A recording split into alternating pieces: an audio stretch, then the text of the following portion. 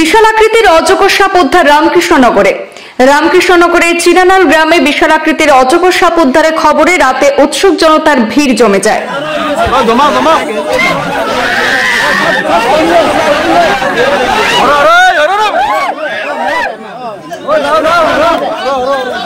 রামকৃষ্ণনগর এলাকার চিনানাল গ্রাম থেকে গতকাল রাতে উদ্ধার হয়েছে এক বিশাল আকৃতির অজগর সাপ। স্থানীয় জনগণ হঠাৎ প্রকাশ্যে অজগর সাপটিকে দেখে আতঙ্কিত হয়ে পড়েন। স্থানীয় জনগণ তড়িঘড়ি খবর দেন বন বিভাগে। শ্রীভূমি জেলার দোহালিয়া বন বিভাগ পাশে থাকায় সেখান থেকে ছুটে আসেন বনকর্মীরা।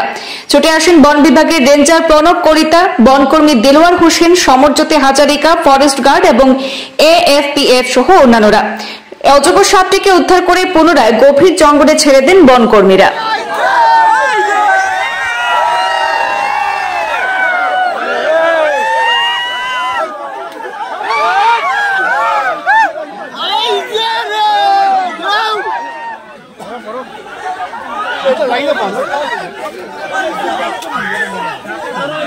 Toma.